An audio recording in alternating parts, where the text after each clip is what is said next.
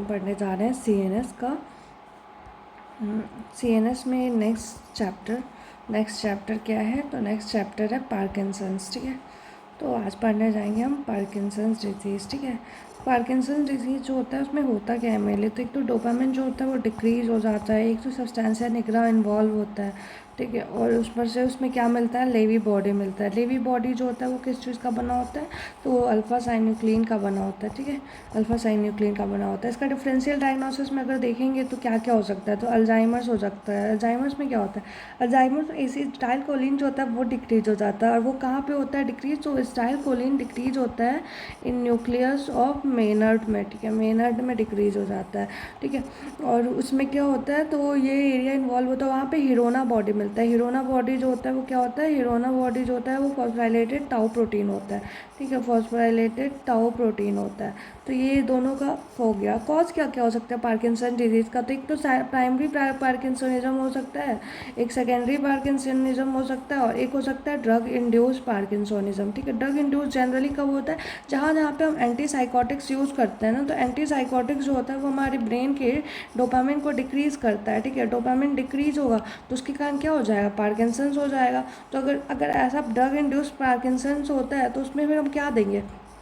तो उसमें हम देते हैं एंटी कॉलिनर्जिक्स जो होते हैं, एंटी कॉलिनर्जिक्स वो होते हैं ड्रग ऑफ चॉइस। ठीक है, क्योंकि फिर क्या होता है कि ये ड्रग ऑफ चॉइस होते हैं, क्योंकि एंटी कॉलिनर्जिक्स होते हैं ना वो फर्दर एंटी स्टाइल कोलिन को डिक्रीज़ कर देता है और डोपामिन को इंक्रीज़ करता है, तो इससे वो बैलेंस फिर से बरकरार रहेगा तो होता है। और अगर तुम देखोगे तो बस ये इतना ही है। ठीक है, उसके बाद अब इसमें क्या क्या आता है? तो बेंजेक्सोल आता है और ट्राईहेक्सीफेनाइडिल आता है। ठीक है, तो ये हो गया तुम्हारा, ये ड्रग इंड्यूस जो वो होते हैं वो करते हैं। ठीक है, अब आते हैं हम लोग नेक्स्ट क्या है? तो नेक्स्ट है तुम्हारा कि कैल्शियम और फॉस्फेट का रेशियो जो होता है ना, हमेशा मोर देन 55 अगर हो गया तो उसके कारण क्या होता है? उसके कारण कैल्शियम डिपोजिशन होने लग जाता है। ठीक है, तो ये पार्किंसनिज्म बता रहा है कि अगर कैल्शियम फॉस्फेट का रेशियो मोर देन 55 होगा it will lead to calcium deposition. Carbon monoxide poisoning जो होता है, ये और क्या क्या कॉजेज हो सकते हैं? तो और कॉजेज में ये तुम्हारा कार्बन मोनोऑक्साइड पॉइजनिंग अगर होता है तो उसमें use of gas geyser to small amount में, तो उसमें कार्बोक्सी हीमोग्लोबिन जो होता है वो इंक्रीज हो जाता है, ऑक्सी हीमोग्लोबिन जो होता है वो डिक्रीज हो जाता है। ठीक है, तो उसके कारण बेसल गैंग्लिया का माल फंक्शन मिलेगा, तो उसके कारण भी पार्किंसंस वाले सिम्टम्स मिलेंगे। इसके अलावा हाइपरथायराइडिज्म और हाइपोथायराइडिज्म दोनों में क्या मिलता है? दोनों में कैल्शियम फॉस्फेट का रेशियो जो होता है डिअरेंज्ड होता है, जिसके कारण कैल्सिफिकेशन होगा, तो उसके कारण वो चीज़ें होंगे। सिम्टम्स में क्या होता है? तो हेडेक होता है, ब्रैडिकार्डिया होता है, एजिटेटेड बिहेवियर होता है। ट्रीटमेंट में क्या करेंगे? तो हम ये कार्बन मोनोऑक्साइड पॉइजनिंग का बता रहे हैं, हेडेक, ब्रैडिकार्डिया, एजिटेटेड बिहेवियर होता है, तो ट्रीटमेंट में हम क्या करेंगे? तो हाइपरबोरिक ऑक्सीजन देते हैं। ठीक है, क्या देते हैं? हम हाइपरबोरिक ऑक्सीजन देते हैं। ठीक है, उसके बाद है फिर यहाँ पे उसके बाद है कि अगर तुम्हारा अब आते हैं नेक्स्ट पे, किसमें मैग्नीज का टॉक्सिसिटी है तो उसमें भी मिल जाएगा। ठीक है, अब आते हैं एटिपिकल पार्किंसनिज्म किसको कहते हैं? एटिपिकल पार्किंसनिज्म बोलेंगे जब उसमें पार्किंसंस वाले फीचर्स होंगे। ठीक है, लेकिन वो पार्किंसन डिजीज नहीं है।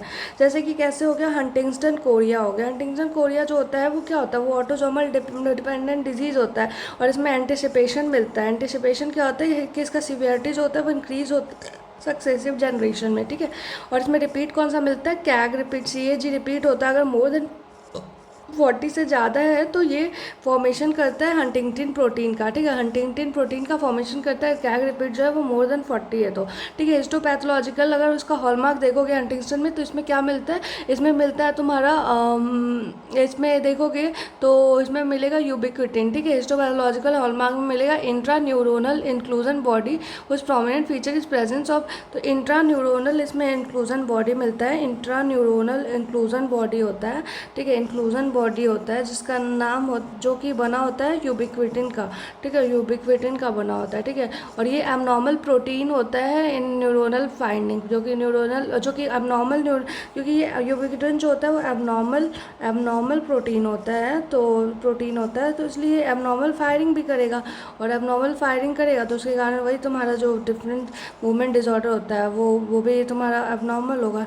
तो ये चीज़ें होती हैं। ठीक है, उसके बाद neuronal death leads to dementia. जैसे जैसे से डेथ जो होते हैं, सेल के डेथ होते जाते हैं, वो डिमेंशिया करता है। क्लिनिकल फीचर्स में क्या होगा, तो कोरिया हो सकता है, शॉर्ट टर्म मेमोरी लॉस हो सकता है, ब्रैडीकाइनेसिया होगा और कॉकवेल रिजिडिटी होगा।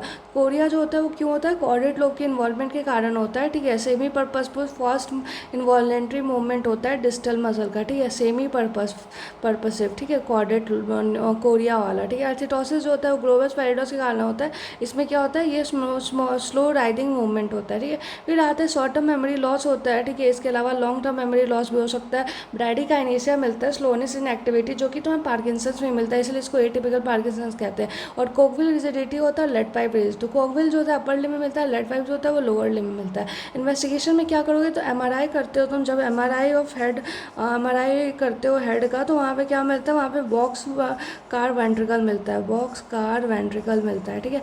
और इन्वेस्टिगेशन में तो ये मिलता है। ट्रीटमेंट में क्या करोगे, हंटिंगटन डिजीज़ में अगर ट्रीटमेंट का बात किया जाए, तो ट्रीटमेंट में क्या होता है, तो उसमें डोपामिन जो होता है वो एक्सेस है, ठीक है।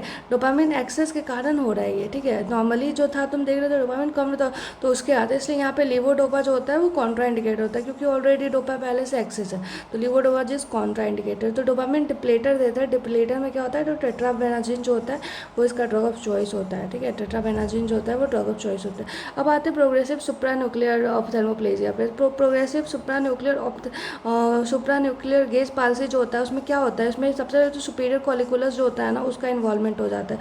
सुपीरियर कॉलिकुलस जो होता है पैरानॉइड सिंड्रोम में भी इसका इन्वॉल्वमेंट होता है। तो उसके कारण क्या होता है, तुम्हारा वर्टिकल गेज जो होता है वो अफेक्टेड हो जाता है, वर्टिकल गेज जो होता है वो अफेक्टेड हो जाता है। तो इसमें क्या होगा, 60 ईयर मेल होगा, रिकरेंट फॉल लेकर आएगा, रिकरेंट स्पिलिंग ऑफ फूड होगा क्लॉथ पे, रिजिडिटी, कॉकविल रिजिडिटी और ब्रैडीकाइनेसिया। तो देखो कॉकविल रिजिडिटी ब्रैडीकाइनेसिया तुम हंटिंगटन में पढ़ी, ठीक है, और इसमें भी पढ़ रही है। तो इसमें और अलग क्या है, तो वहाँ पे क्या था, हंटिंगटन में था कि कोरिया मिल रहा था और तुम्हारा एथिटोसिस वगैरह मिल रहा था। यहाँ पे क्या है, यहाँ पे रिकरेंट फॉल और रिकरेंट स्पिलिंग ऑफ फूड है, रिकरेंट फॉल है और रिकरेंट स्पिलिंग ऑफ फूड है, ठीक है, स्पिलिंग ऑफ फूड। तो इससे पता चल जाएगा कि ये क्या है तुम्हारा, ये तुम्हारा वो है, ठीक है। उसके वर्कअप में क्या करते हैं, उसमें स्क्वायर वेव जर्क मिलता है, इसमें स्क्वायर वेव जर्क मिलता है। वहाँ पे क्या था, उसमें वहाँ पे था बॉक्स कार वेंट्रिकल था, ठीक है, बॉक्स कार वेंट्रिकल था। और यहाँ पे क्या है, यहाँ पे स्क्वायर वेव पैटर्न है, ठीक है, स्क्वायर वेव जर्क मिलता है, ठीक है। इलेक्ट्रो ओकुलोग्राफी में देखोगे तो EOG पे मिलेगा तुम्हारा क्या, स्क्वायर वेव इस जर्क, ठीक है। और MRI में क्या मिलता है, MRI में यहाँ पे हमिंग बर्ड साइन मिलता है, हमिंग बर्ड मिलता है, ठीक है, पुअर रिस्पॉन्स होता है इसका। उसके आता है मल्टीपल सिस्टम एट्रोपी, नाम में ये मल्टीपल सिस्टम एट्रोपी, तो इसमें इसको क्या बोलते हैं, साइड रैगर सिंड्रोम भी कहते हैं। इसमें क्या होता है, 60 ईयर का आएगा तुम्हारा, और क्या लेकर आएगा, ब्रैडीकाइनेसिया रिजिडिटी लेकर आएगा, प्लस ऑटोनॉमिक इनसफिशिएंसी फीचर रहता है इसमें, ऑटोनॉमिक इनसफिशिएंसी का फीचर रहता है, ठीक है। अलग से हम लोग पढ़ेंगे कि ऑटोनॉमिक इनसफिशिएंसी में क्या क्या चीज़ें आती हैं, वो मैरो के मॉड्यूल में दिया हुआ है। तो इसमें पोस्चरल हाइपरटेंशन होता है, पोस्चरल हाइपोटेंशन होता है, कॉन्स्टिपेशन डायरिया हो सकता है, ठीक है। और क्या हो सकता है, सेरेब्रल फीचर में गेट अटैक्सिया हो सकता है, और क्या हो सकता है, इंटेंशनल ट्रेमर मिलता है, ठीक है। वहाँ पे तुम्हारा रेस्टिंग ट्रेमर मिलता था ना पार्किंसन में, यहाँ पे इंटेंशनल ट्रेमर। MRI में देखोगे तो उसमें क्या मिलेगा, हॉट क्रॉस साइन मिलेगा, हॉट क्रॉस साइन। अभी तो पहले तो बॉक्स कार वेंट्रिकल था, उसके बाद स्क्वायर वेव जर्क था, अब ये हॉट क्रॉस साइन आ गया, ठीक है। इसका भी पुअर रिस्पॉन्स टू लिवोडोपा होता है। तो ये हो गया तुम्हारा। अब आते हैं हम लोग इस तीनों को कंपेयर किए तो तीनों का साइन हमको पता ही है। स्क्वायर वेव रूट साइन जो होता है वो अभी पढ़े थे तुम कि स्क्वायर वेव जर्क जो था वो तुम पढ़े इलेक्ट्रो ओकुलोग्राफी और सुप्रा न्यूक्लियर गेज पाल्सी में मिला था।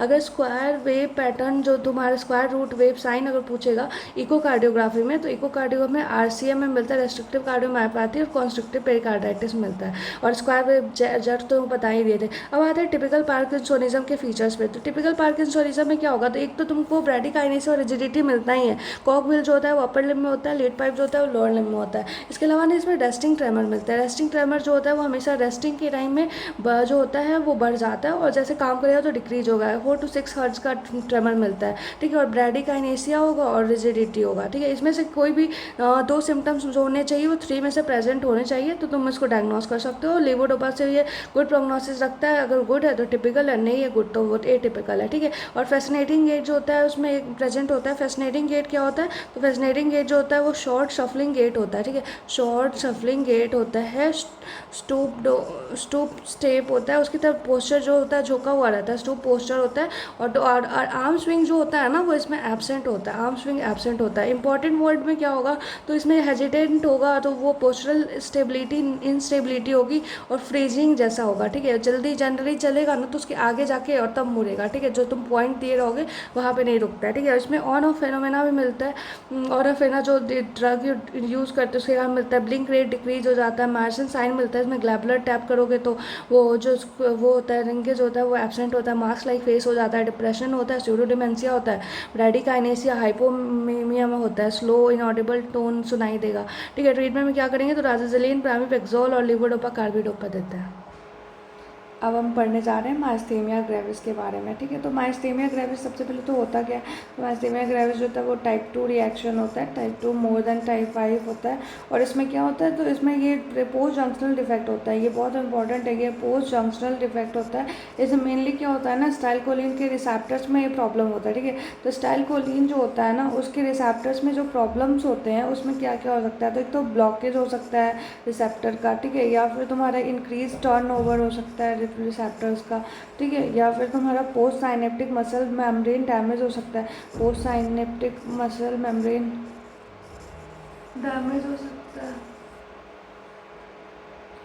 या फिर प्री साइनेप्टिक रन डाउन हो सकता है। तो प्री साइनेप्टिक वो मतलब कैसे भी साइनेप्स में प्रॉब्लम हो सकता है, ठीक है। इसके बाद इसमें क्या होता है, तो इसके बाद इसमें तुम्हारा अगर तुम प्रॉब्लम देखोगे तो ये थाइमस से एसोसिएटेड तो हो सकता है, थाइमस एबनॉर्मलिटी से 75% तक होता है, ठीक है। और तुम्हारा अगर तुम हाइपरप्लेजिया देखोगे तो 65% होता है। बट अगर थाइमोमा देखोगे ना तो थाइमोमा से ये मात्र 10% ही एसोसिएटेड होता है। इसमें एंटीबॉडी कौन से मिलते हैं, तो एंटी एस्टाइलकोलिन रिसेप्टर एंटीबॉडी हो सकता है या फिर एंटी मस्क एंटीबॉडी हो सकता है, ठीक है, मस्क एंटीबॉडी। तो पहले तो इसमें हम लोग क्या करते हैं ट्रीटमेंट में, पहले तो हम लोग इसमें ट्रीटमेंट प्रोवाइड करते हैं, ठीक है। अगर मान लो अल्जाइमर्स डिजीज है तो पहले तो ट्रीटमेंट देंगे, बट अगर ट्रीटमेंट से कुछ नहीं होता, बार बार रिलैप्स हो रहा है, तो फिर हम लोग लास्ट में इसमें थाइमोमा कर देते हैं, ठीक है, थाइमोमा कर देते हैं। और फिर क्या डिफेक्ट होता है इसमें, तो उसमें तुम्हारा और भी बहुत सारे एंटीबॉडी होते हैं, मस्क था, एंटी LRP4 एंटीबॉडी भी होता है, एंटी स्ट्राइडेड मसल एंटीबॉडी भी होता है, anti netrin 1 receptor antibody, anti Caspr 2 antibody, ठीक है। प्रेवलेंस जो होता है वो बहुत ज़्यादा होता है, मेल और फीमेल में देखोगे तो फीमेल में ज़्यादा कॉमन है, ठीक है। एक्सासर्वेशन मिलेगा इसमें, ठीक है। क्लिनिकल फीचर में क्या मिलता है इसमें, तो टोसिस मिलता है, ठीक है। टोसिस को जब बोलोगे ना उसको अपवर्ड देखने के लिए, तो उसका टोसिस जो होता है वो इंक्रीज हो जाता है। और फिर जब आइस पैक लगाते हो ना 3 से 5 मिनट में, तो ये टोसिस होता है वो डिक्रीज हो जाता है। सेम ऐसे ही एंड्रोफोनियम टेस्ट भी करते हैं इसके लिए। एंड्रोफोनियम टेस्ट जो होता है अगर उसके बाद सिम्टम्स जो है वो,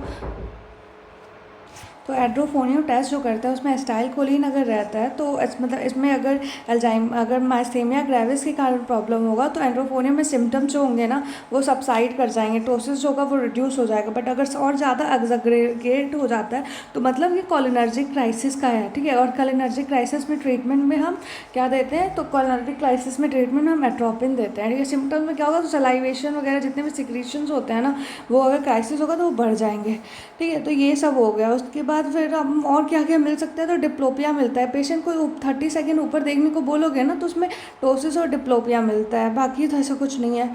उसके नेजल रिगर्जिटेशन होगा, फूड का एस्पायरेशन में प्रॉब्लम होगा, डिस्फेजिया होगा, डिसआर्थरिया होगा। डिसआर्थरिया क्या होता है, तो मसल्स और वोकल कॉर्ड जो होते हैं वो अफेक्टेड हो जाते हैं। इसमें सबसे इंपॉर्टेंट लाइन ये है कि इसमें डीप टेंडन रिफ्लेक्स जो होता है ना वो प्रिजर्व होता है, ठीक है। डीप TTR जो होता है वो प्रिजर्व होता है और कोई भी नो सेंसरी लॉस नहीं होता है यहाँ पे, ठीक है। क्योंकि ऑब्वियसली ये NMJ का प्रॉब्लम है तो सेंसरी लॉस क्यों होगा। और ये दोनों चीज़ें होती है ना, ये तुमको अभी आगे पढ़ोगे LEMS तो उससे डिस्टिंग्विश करने को में हेल्प करेंगे। और प्रॉक्सिमल मसल वीकनेस मिलता है, ये तो इंपॉर्टेंट है कि प्रॉक्सिमल मसल, क्योंकि अभी तक जो भी पढ़ोगे उसमें मोस्टली में प्रॉक्सिमल मसल वीकनेस मिल रहा है, ठीक है। उसके बाद एंटी एस्टाइलकोलिन रिसेप्टर जो ब्लॉकिंग एंटीबॉडी होता है ना वो 85% में पॉजिटिव होता है, बट फिर भी हम लोग वो जरूरी नहीं कि मिले ही, ठीक है। नेगेटिव एंटीबॉडी जो है वो रूल आउट नहीं करता है डिजीज़ को, तो इसीलिए कभी इसको हम कोरिलेट नहीं कर सकते सिवियरिटी ऑफ डिजीज से, ठीक है। तो उसमें मस्क एंटीबॉडी था, एंटी LRP4 एंटीबॉडी था। ये ऐसे सिंगल फाइबर इलेक्ट्रोमायोग्राफ करते हैं तो उसमें कन्फर्मेटरी टेस्ट होता है, इसलिए इसका जो टेस्ट कन्फर्मेटरी टेस्ट होता है ना वो एंटीबॉडी टेस्ट नहीं होता, उसके लिए होता है सिंगल फाइबर इलेक्ट्रोमायोग्राफी, ठीक है, इलेक्ट्रोमायोग्राफी ये इसका वो टेस्ट होता है। और अगर निगेटिव नर्व स्टिमुलेशन कराओगे तो यहाँ पे इसमें क्या होता है, डिक्रीमेंटल रिस्पॉन्स होता है। टेंसिलॉन टेस्ट या एलेक्ट्रिकोलिन एस्टरेज टेस्ट का तो मैं बता ही दिया था, उससे भी पता चल जाएगा। उसके बाद फिर और क्या क्या कर सकते हो, तो उसमें आइसपैक टेस्ट भी करते हैं। सीटी एमआरआई करोगे तो उसमें अगर ऑकुलर इन्वॉल्वमेंट है तो उसके लिए सीटी एमआरआई कर सकते हो। सीटी चेस्ट करोगे थाइमोमा देखने के लिए, पल्मोनरी फंक्शन देखने के लिए कि थाइमोक्टमी करना है या नहीं करना है। मैनेजमेंट में क्या करते हो, तो इसका ड्रग ऑफ चॉइस होता है पाइरिडोस्टिग्निन, ठीक है, पाइरिडोस्टिग्निन जो होता है वो इसका ड्रग ऑफ चॉइस होता है, ठीक है। और क्या क्या कर सकते हो, तो तुम्हारा बस यही है, 35 मिनट ऑनसेट, 15 मिनट ऑनसेट करते हो, टोटल 4 आवर्स तक चलाते हैं पाइरिडोस्टिग्निन को, ठीक है। अगर anti Musk antibody still present है, रिलैप्स हो रहा है बार बार, तो फिर हम लोग थाइमेक्टमी कर देते हैं। ऑकुलर माइस्थेमा ग्रेविस होता है तो उसमें पाइरिडोस्टिग्निन जो होता है उसका पुअर रिस्पॉन्स होता है, तो उसमें हम लोग ऑकुलर वाले में स्टेरॉइड भी देते हैं, ठीक है। स्टेरॉइड ज़्यादा प्रेफर करते हैं एज कम्पेयर टू एजाथायोप्रिन। उसके अगर जनरलाइज है तो उसमें पाइरिडोस्टिग्निन देंगे, ठीक है। अगर उसमें गुड रिस्पॉन्स हो गया तो सही है, अगर नहीं हुआ तो उसमें फिर हम थाइमेक्टमी भी कर देते हैं और पोस्ट ऑपरेटिव ना स्टेरॉइड का डोज दे दिया जाता है। फिर माइस्थेमिया क्राइसिस अगर है तो उसमें तो क्राइसिस ऑलरेडी बड़ा हो तो उसको क्या करेंगे, उसको हटाने के लिए हम प्लाज्मा फेरेसिस कर देंगे।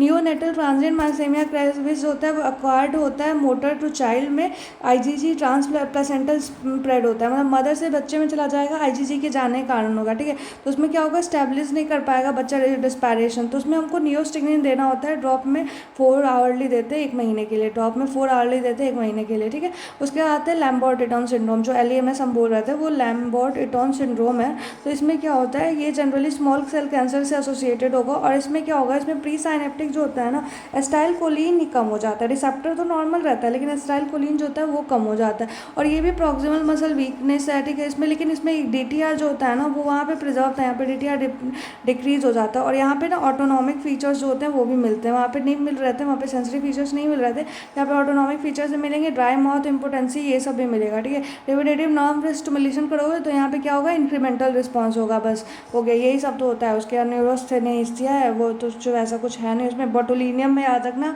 कि बोटुलिनियम में जनरली वो हनी लगाने के कारण, हनी बच्चे को देते हैं तो उसके कारण क्या हो जाता है, स्पोर्स ऑफ बोटुलिनियम जो होता है वो ग्रो करता है गट में और लीडिंग टू पैरालिसिस।